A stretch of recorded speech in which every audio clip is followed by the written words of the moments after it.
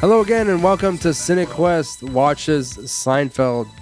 And if you heard our first episode, we went through a deep dive on our history and what Seinfeld is. But today, on this episode, we are going to be going over Season 1, Episode 2. Boom, boom, boom, boom, boom, boom. Boom, boom, boom, boom, boom, boom, boom, boom, boom. Boom, boom, boom, boom, boom, boom, boom. Boom, boom. That's terrible. All right, so episode 2 is called The Stakeout. And we open up, obviously, with Jerry Seinfeld doing his stand-up. And Bryce, we spoke about this kind of like very briefly, that Seinfeld is talking about going out. Right? Was that the initial... What? Conversation. Yeah, conversations with man, people whenever you go out. Yes. And you happen to mention that I am the opposite of that. No, if it was roles were reversed, you were the Jerry's comedic persona, and you'd have been like, "We love sitting at home. We don't like going out, right? Who wants to talk to strangers? That's crazy. We gotta go out. Is that okay? The strangers will kill you.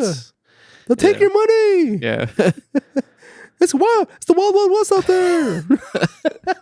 It's like every Seinfeld the impersonation we do is like it's like when he's at the most peak. Yeah, it just keeps getting higher and higher. Yeah.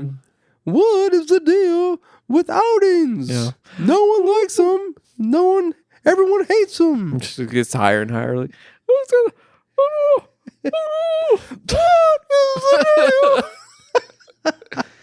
anyways, yes, but it's true. I did liken you to the sleepy time bear. Yeah. On the tea packets, which is fine. You know what? That's good, man. Because you know what? The thing is, dude, I love that about you because that's your choice. For me, that's forced upon me. I don't want to be at home. I want to go out. But I must don the red cap and drink the chamomile tea. You know what I mean? Well, I mean, I've told you before, Bryce. I mean, one of my reasonings for staying at home is part of my personality. Right? Yeah. I like staying home. But I do like going out with people that I'm comfortable with. And you're one of those people, but I don't live close vicinity of this area, comfortable with which I would want to go out, you know? And now, if I had my own place and a place to kind of gather, I would invite more people to my house because I don't mind socializing. I just don't like being around strangers too often because that kind of forces another pressure point upon me. You have a nice yard. To you have a big pachanga in your backyard, dude. With my neighbors? Yes. Are you serious? Yes. I told you I wanted to show hey, movies, wait a minute. Movies in my backyard. Change that tone a bit. With my neighbors. Neighbors? Who talks to their neighbors? In the backyard. This is 2024, for God's sakes. You don't talk to your neighbors. God damn, dude. So in this episode, we start with Jerry's bedazzled jacket, Jerry. Nah, bedazzled. It's like speckled. The speckled. It's it's like looks like a wool jacket. It's a fucking blazer someone threw paint on. And you're like, they flick the brush. It's a protester. They're protesting the wool that you got this from. Oh, okay. I thought you were gonna go somewhere else with that. So, like I said, Jerry talking his nonsense. We open up with Jerry and Elaine at a long. I miss this so much. Yeah. The video store. Do you miss it? Do you miss the movie I miss store? the video rental store. Do you miss the Blockbuster? and as film enthusiasts, we talked about comedy, and you had mentioned there was a tape. Oh, yes. Well, a couple of tapes, but I want to ask you. She's got Cocoon 2 and comedy. Is Cocoon 2 comedy? No, it's not. I'm talking like fucking that's Dr. Phil and shit. Is Cocoon 2 comedy? Now, if it just had Steve Gutenberg in it, maybe. But they make a joke off that. But it has Wilford Brimley. Yes, but he makes a joke off it because like, well, maybe he missed pasta or what the fuck did he say? Because aliens. He says something. they come He back, makes a yeah. joke about it. Yeah, he makes a joke. He makes a joke about it. Anyways, and I was thinking like, man, Cocoon 2 is funny. He's like riffing off Cocoon 2, but anyways, they're pondering the question to get an adult film. Yeah, and it's quite strange that the adult film is just out and about. Adults, like it's big there. fucking letters and shit. Yeah, that's no. I can already see teenagers just hovering around there, and it's such a small video store too. Now, she also which is also funny too, because now I don't know if this was supposed to be visible with the video technology at the time, but you can see there's like Guthrie and Friends. Mm-hmm. Like that should be more musicals, no? I guess, man. It's like weird. It's in comedy. I'm not familiar with Anyways, that. well, like Guthrie's. But I do see a Chuck Woody Norris Guthrie. movie back there in the very back corner. Yeah, but which anyways, is hilarious. I'm sorry, I gotta I kind of cut off on that, but yeah. So for the younger listeners, if you don't know, a video store was a place you used to go back in the day, and you would pull out empty, cartridges, yes, or yes, not cartridges, but the slip cases. Yeah, and take them to the front. Yes, and they would have ostensibly they would have the now. What always pissed me off. Now, if you went to Blockbuster, they would have the actual tape behind it. Yeah. Yes, but more mom and pop ones would not, and you would take it up there, and they'd be like, "Oh, what's up? Sorry."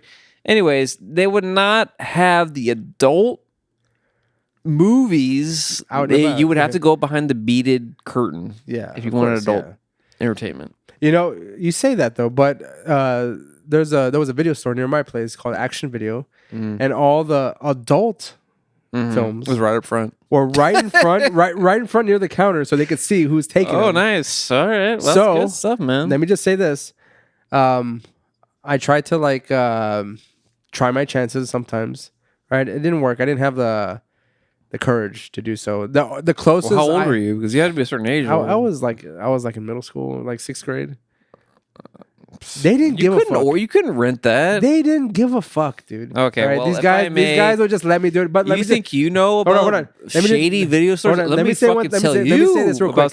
The closest let me tell you about some fucking shady video stores. The closest I came to like renting like an adult film was Color of Night with Bruce Willis. Oh, the wiener video. I found that out later. The floating dick and balls, the floating in the water. wiener, yeah, the floating like the fucking wiener in there. Yeah, it's because I thought the girl was very attractive and I thought she was very hot. And the only I wanted to see her naked. But the only thing I got was like a floating wiener from Bruce Willis. Yeah. Yes. And you know what's funny is that they didn't question Color of Night. Should call it Color of Balls. Yeah. They didn't question my rental. They just let it happen. And you know what? I think they had. I want to think that they had a laugh at my expense. They're like, he's just gonna see some floating cock in there, man. It's gonna be. He's really gay. He wants to see Bruce Willis's balls and cock. No, dude, no. I okay. Well, we had Video Depot, which is funny because these two locations were actually owned by the same guy. We had Video Depot in La Feria, and Harlingen was Video Stop. You remember Video Stop? Yeah. I went to there. I went there many times. Well, next to Video Depot in La Feria was Video Land, and I don't know how this fucking place stayed open because I ever saw any business in there. And this is like, mind you, going into the DVD era, and you go in there and it was all just like old Mexican VHSs, like Mexican movies from Mexico on VHS. Yeah. And there was never anybody at the counter. They were always behind. They were always in the back. I swear to God, man, this had to be some kind of front money laundering scheme. I don't know. I don't know how long this place stayed open, but I think we've gone in there a couple times to see what they had. No one would ever greet you. Yeah, you would have to yell for them to come out of the back. It was, I don't know, man. It was just bizarre. But you know, that's unfortunate that you had that experience. My experience at a video store. Video Depot was cool though because I'm talking about Action Video, like my personal video store, because the guys that wasn't your hometown. It's still there. Like the building is really still there. Yeah. Like I mean, it's not functionally operational right now, but like the guys back then, like I used to watch random movies late at night and I would forget what it was called. And I used to be able to go over, and I'm gonna say this was the first time I saw Fear of a Black Hat. on Cinemax, and I remember because I was preparing for a more erotic type of film. But Fear of a Black Cat came on. Fear of a Black Cock. Yeah, but it was Hat on this one. Yeah, that's what you were looking for, though. That's what I was looking for. But I remember going over there to the guys, and I was like, "There's a movie it looks like a documentary, big. I'm and scared. and it's about rap." And the guy immediately knew what I was talking about, and he pointed me to the direction of Fear of a Black Cat, and I rented that on a regular basis. And I was watching it all the time. And again, if you haven't heard our episode on Fear of a Black Cat, it's one of our first episodes of CineQuest videos, so you should definitely check it out. And one of our most popular, so you should definitely go back and check that out. And for you people listening in Boston or Massachusetts, it's not Fear of a Black Cack. It's it's Hat. All right.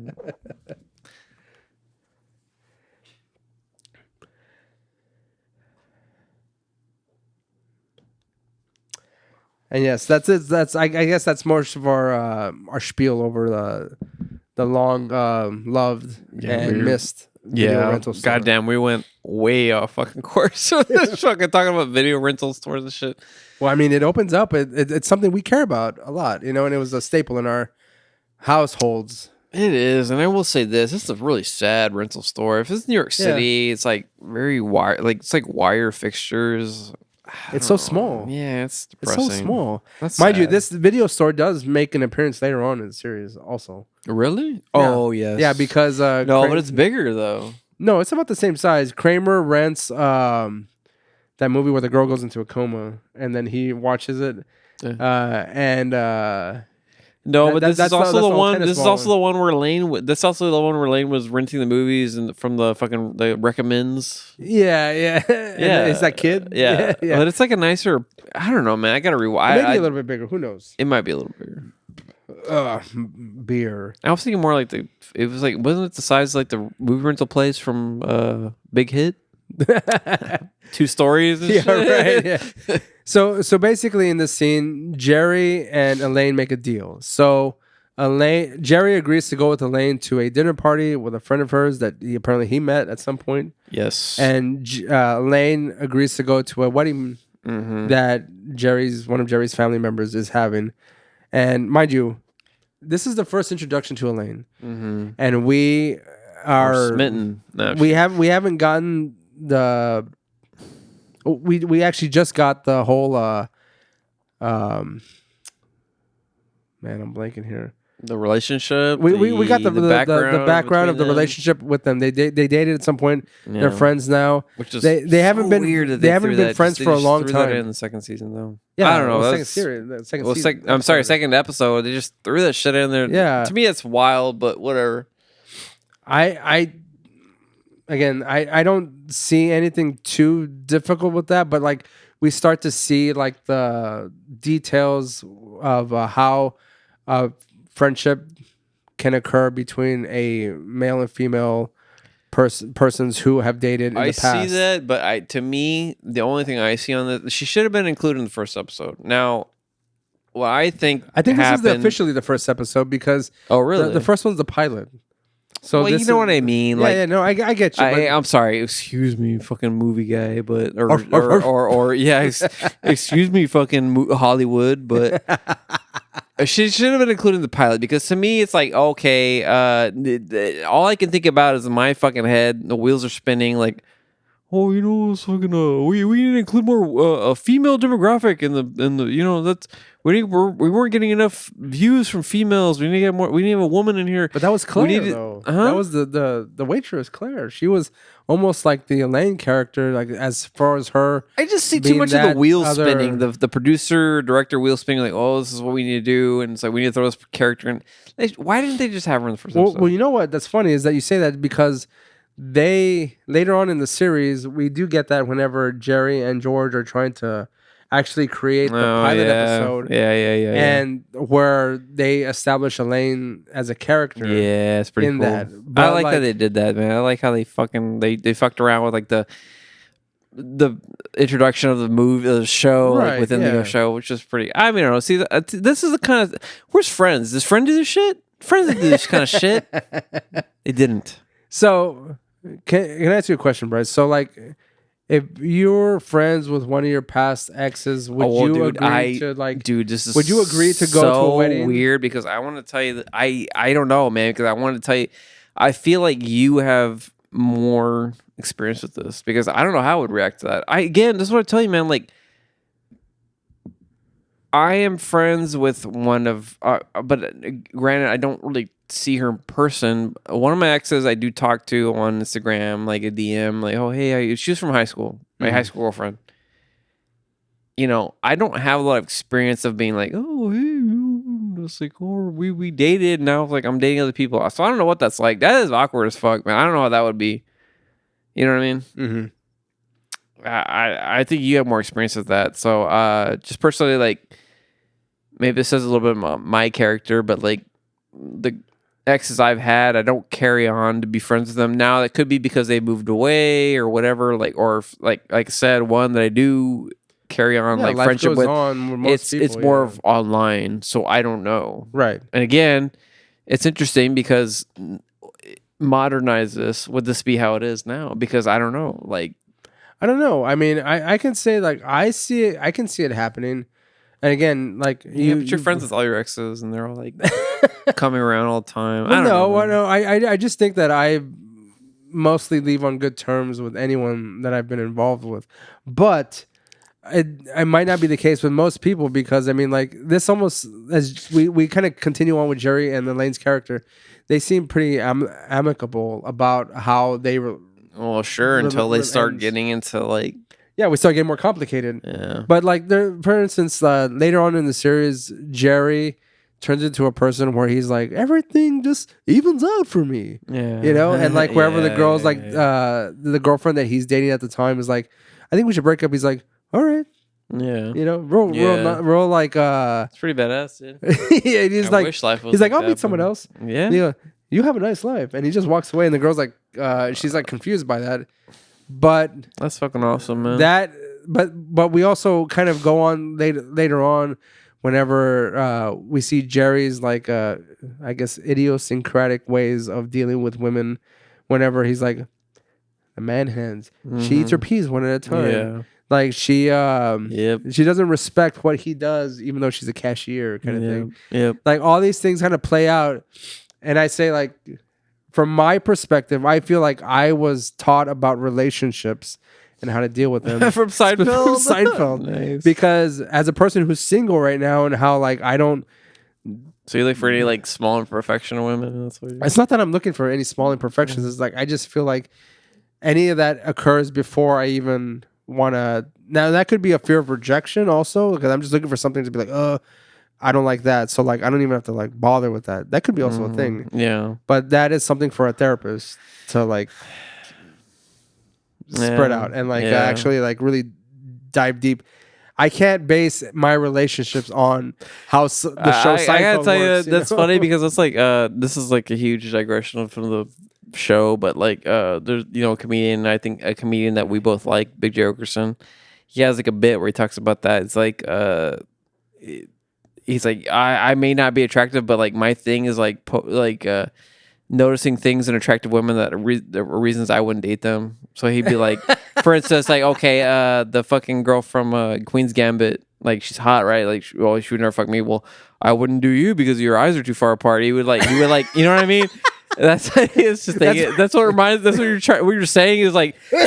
That's very much like I'm gonna like Seinfeld. I'm gonna yes exactly. I'm gonna pick out little things that you know fuck me. I wouldn't fuck you because of this. Like like that's Jerry, but like if you go to like George is like obsessed with the idea of love and like relationships, but until he gets it, then he doesn't want it at all.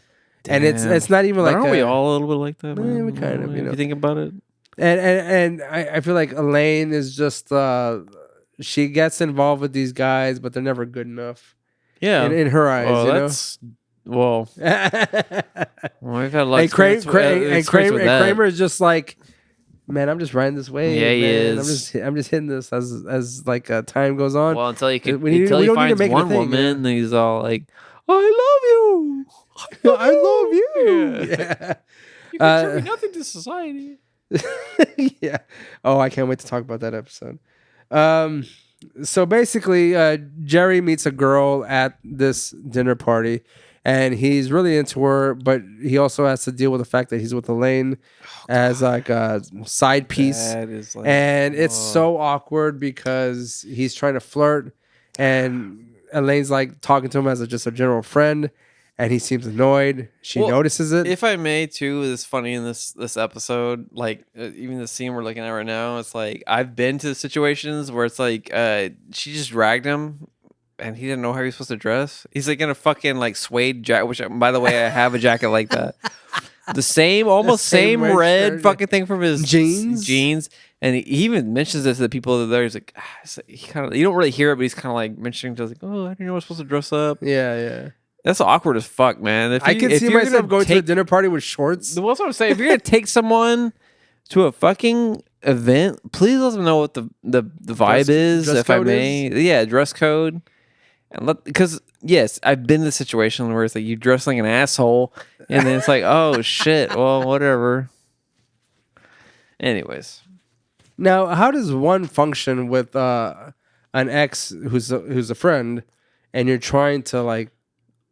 Let us know in the comments below. And I find that girl, I find her very attractive. Yeah, you know what's funny? It's like, yeah, I was kind of like, you know what? Yes. And then she said she was a lawyer. Yeah. That's level up right there, man. Oh, That's a level yeah, up. exactly. You want her to take care of you. Yeah. Well, I mean, comedians, like, it's fine, but... You know what's funny is that, like, I feel like she doesn't, like, look down upon him because he's a comedian. I know. He was like, I'm a comedian. She'd be like, oh, and she just like look away. Well, hey, man, comedian's kind of a big deal. It's nowadays, comedian. sure, but I mean, like back then, no. If you're in New York, like you should be like poor off your ass. Because, maybe. Like, what is Jerry doing like to get like this much success? You know, like we don't know, but that's the thing. Is like if she's like, oh, he's here at this place and he's a comedian, well, he must be kind of successful. Like he could be close to famous, right? I don't know, dude. Yeah, I love the interplay of like them thinking. It's like, what is going on here? He's fucking like he's thinking in the inner monologue. It's like, hello. It's like, oh god, I gotta get out of this. Yeah. She's talking to me. Why is Elaine talking to me? Now I have been in this situation where you're talking to a lady and like later on, now a girlfriend perhaps, but not an ex. No, I've never been in a platonic relationship with a woman where they go on to be like pissed that you didn't listen to them. Actually, you know what? I will say this. I've had this interaction with my mother, to be honest with you. If you want me to go full like Jerry Seinfeld Jew, I'm just kidding. I've had this discussion with my fucking mother the other day. It was funny, man. She was talking to me, and there was some news going on. I was trying to listen to the news because it was like, oh, whatever was going on right now in the politosphere, if you want to say. And I was like, and then like I was like, huh? And she's like, you've been alone. You've been by yourself too long. You don't even listen. I'm fucking giving her a Jewish accent and shit. But she's like, yeah. It's like you've been alone. You've been alone too long. You don't even listen. You don't even know. You don't even know how to listen. And I was like, well, I have been. I don't know what to tell you. I have not been with a woman. I've been single for a long time. Maybe that contributes to it. I don't know. Maybe what she was saying wasn't interesting. Nah, Mom, I love you. I'm sorry. Right. But anyways. You know what's funny is that like I have been in a situation with women where they talk and you're just kind of like, and then like if you do not listen to them oh my god. But like I like including with my mother, she's never addressed. In fact, I feel like she's like almost afraid to ask or to address the fact that I've been alone for a long time. Also, well, it's because you're threatening, right? I'm a scary bear. And you're like, I'm scary. Mom, you better not ask. You better not ask. You better not ask about any of that shit. I'm about to fucking lose my shit over this place. What the but anyways, going back to the episode, Jerry and Elaine kind of have this awkward conversation because she noticed that he is not was being like weird with her because she was flirting with this other girl and stuff. That's where the complications in this relationship arise. And then we go into Jerry Seinfeld's speech at his stand-up. Sorry for the grunting and heavy breathing, but All that gets me so hard, dude.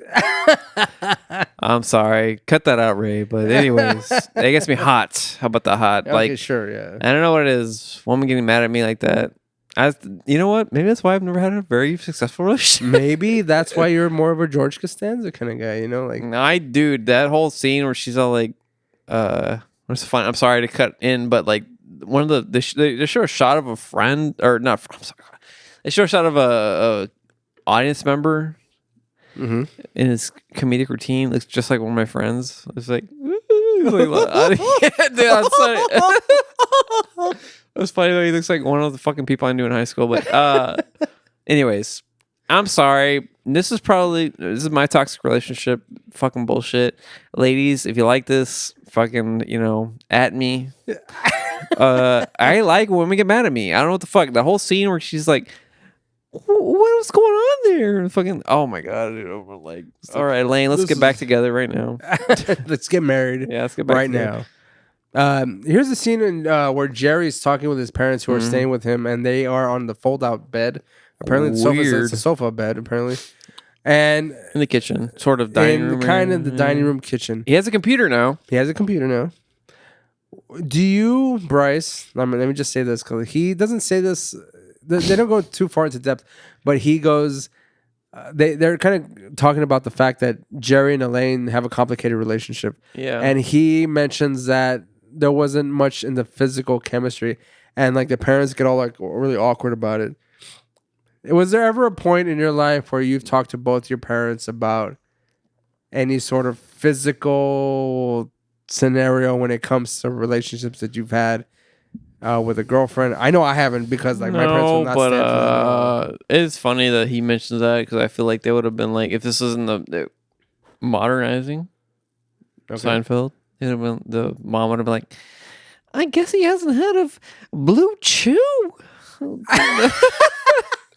They would have fucking cut to a Blue Chew commercial and shit. Like, whatever. You go, are you having a difficulty? The dad would have been like, oh, no problem in the bedroom. As a man in my 60s who has issues with it getting up. Jerry, you gotta try Blue Chew. You go, and for a limited time, you can get Blue Chew for a whole month for 30% off by entering this code www.bluechew.com/Seinfeld. You get 30% off a Blue Chew. And they all looked at the camera like, no, we're not sponsored by Blue Chew. No, absolutely not. But if you want to be, Blue Chew, if this episode takes off, Blue Chew, you want to like sponsor us? I'm a man close to 40. I have a hard time getting my dick hard. Sometimes penises take a long time to get hard, or not at all, and we need the assistance of Blue Chew. I could use some more jack off time. Blue Chew, www.bluechew.com/Seinfeld. Yeah. But to answer your question, yes. Yes, I have actually. How does that go?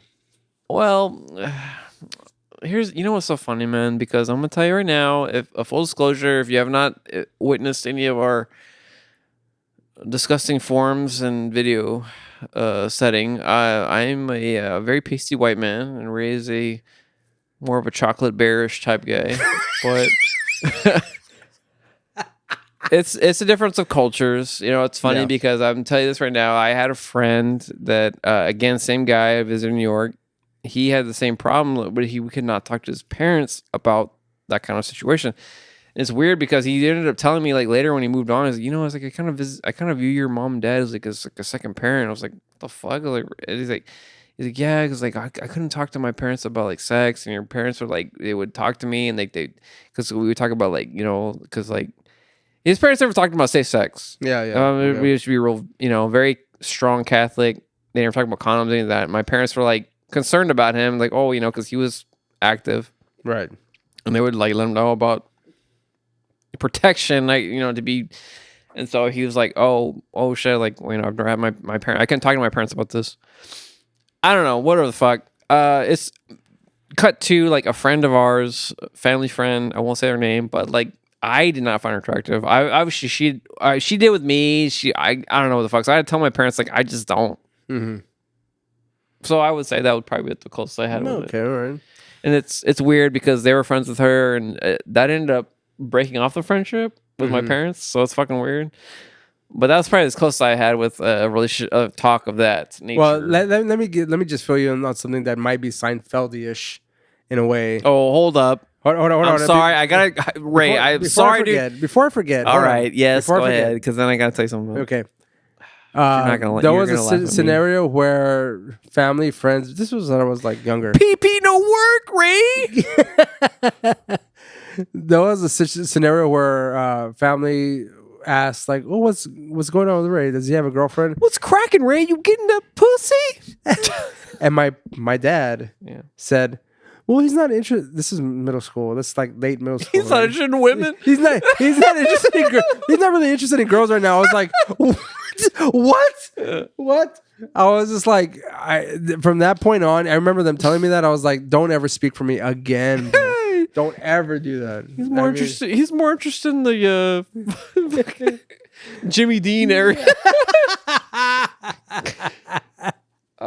Shit. Never again, dude. Okay, go ahead. All right, straight up, dude. I'm gonna tell you this. You know about this situation. I don't know. Can I say this one? You know what? If this is inappropriate, I can cut it out. Please cut it out. Yeah, but I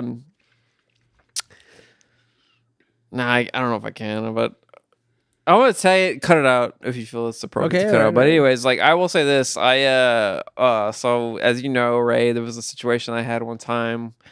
Didn't go as well as I thought it would, and I did tell my father about it because I was a little embarrassed about the shit. And he's like, "Oh, it's nerves. It's it's common in men and all shit." So I was like, I won't tell you. I think you know what I'm talking about. Yeah. That's just funny. I did tell my dad about that because I was like, "Oh, this happened." He's like, "Oh, is it good for you?" And I was like, but then I had to be like, "Oh, actually, this kind of happened." He's like, "Yeah, well, it's not uncommon. Like people get nervous and stuff." It's like, yeah, whatever. I'm not gonna go full detail into it. So yes, I have had some conversations with my father about shit like that. So not my mom. Yeah, that's I don't know. That would be kind of weird. Yeah, She's like, weird, yeah. "Oh my god, what are you saying? My fucking ears and shit." Yeah. Okay, dude, that's not in the Talmud. No, I'm sorry. We're in Seinfeld's mode, so. So again, goddamn, guys, we have been really. Well, this is the kind of conversation that Seinfeld brings out. Yes, so thank you. Let's continue on. So Jerry spoke to his parents, and Jerry's dad, again, a person who doesn't, the character himself, Morty, doesn't make an appearance as that particular actor. Again, it's someone else. We'll talk about that later on. He died. So he died. We have Morty gives him a scenario where he should stake out the woman's place of work. Dude, again, not okay in modern times. No, you shouldn't do that. Because women would be like, "He's creeping." And you creep.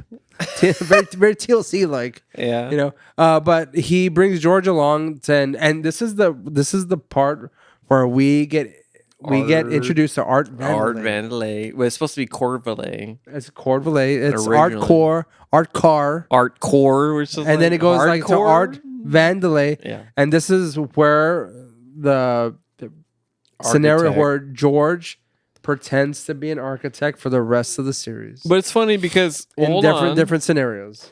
Hold on though. Architect, but also importer export because that also comes back. That does come back, yeah. It's an importer exporter and the architect. Yes. So Art Vandelay makes his appearance. Yep. And George the Gross. What do you? Oh, really? What do you design? Railroads. I thought engineers did that. They can. Yeah. I love the fact that they were arguing about. Jerry tells George, "I don't see architect coming from you." He's like, "You don't think I could be an architect?" Yeah. And it's great because I always found that funny. Even my mother watching this found this funny, is because I initially wanted to be an architect. Oh shit! Right? So she would always tell me that I was the George Costanza. Mind you, I'm an only child. Damn, as dude, George Costanza is as well. And this is just like terrible. Yeah. It's just terrible to be compared to George Costanza. Yeah. Right? So it works out. Jerry is playing Scrabble with his I'll mother. be honest with you, man. I've been compared to George before, but not by my mom, but by a friend. Because my friend would come over a lot. My mother, and I would be like, dude, he's like, because he would like he'd like mooch off us and shit. I was like, dude, you're fucking Kramer, dude. Yeah, and he'd be like, yeah, well, you remind me of gay ass George. I was like, fuck you, man, fuck you. I'm Seinfeld through and through. So we come to the point where Jerry's playing Scrabble with his mom, and they're kind of like debating over what words to use.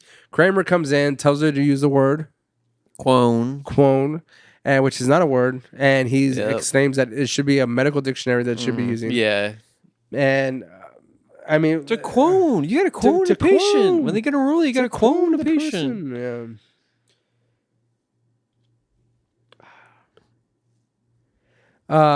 There's, what's funny is that like, I'm trying to remember, does this go any further? Because I know they're talking about this to do Jerry. Oh no, I'm sorry. It goes immediately to Jerry going on the wedding date with Elaine, and they discuss how they are now open to kind of talk about other relationships with other people. Yeah. And Elaine kind of teases Jerry that the person she's kind of like going out with is hilarious, and he finds that kind of offensive as a comedian. Yep. Yep.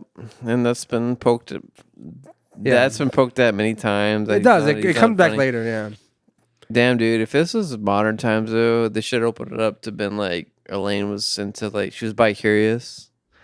She's like, well, I think we explore. He was like, I think that could be good sometimes. And we have an interaction with Jerry and one of his uncles, which is not the uncle that we kind of have a more familiarity with. I don't like this guy at all. Get that guy. We have Uncle Leo later on that, hello. Yeah. Hello, Uncle Leo. Like, that guy is the one that that kind of establishes himself as a character we love throughout the series. Yes. Now, and there's a cousin.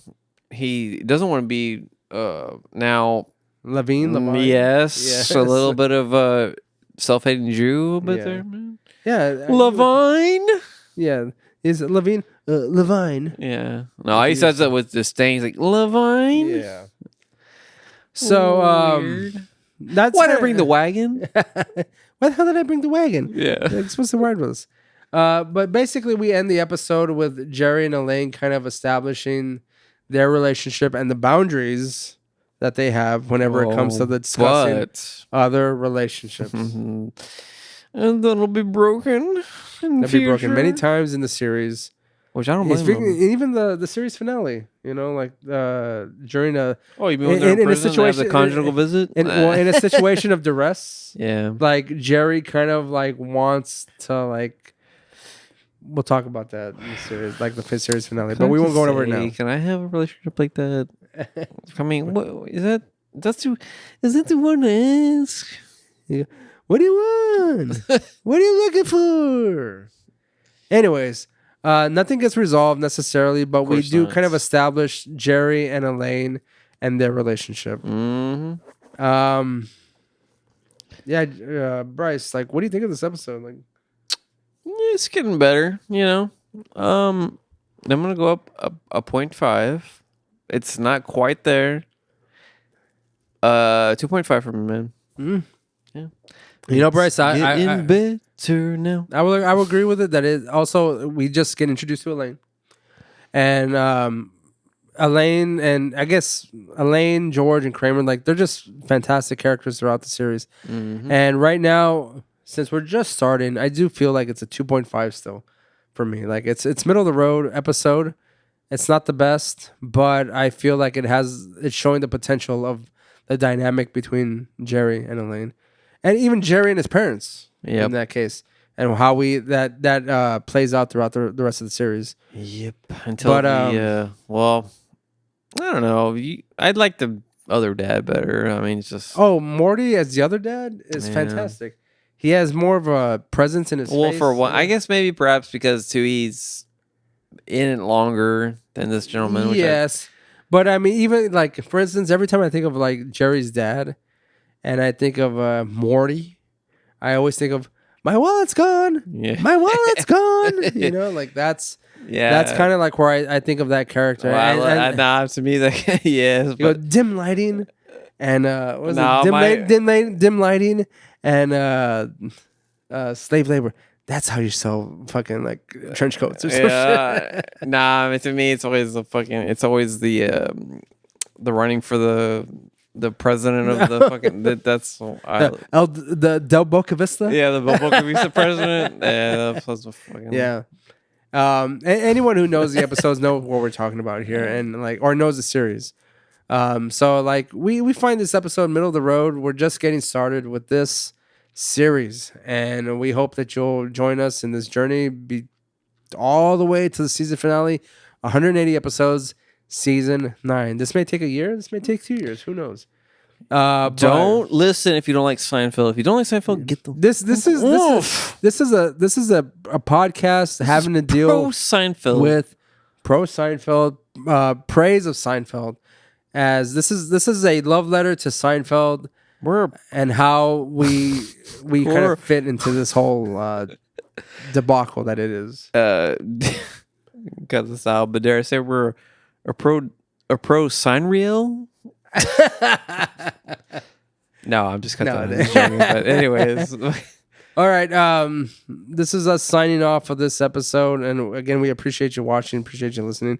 If you're watching on YouTube, you will have a visual companion to the episodes that we've seen here before in front of you from Seinfeld. And if you're listening, we just appreciate you like just keeping on with us. Goodbye. All right.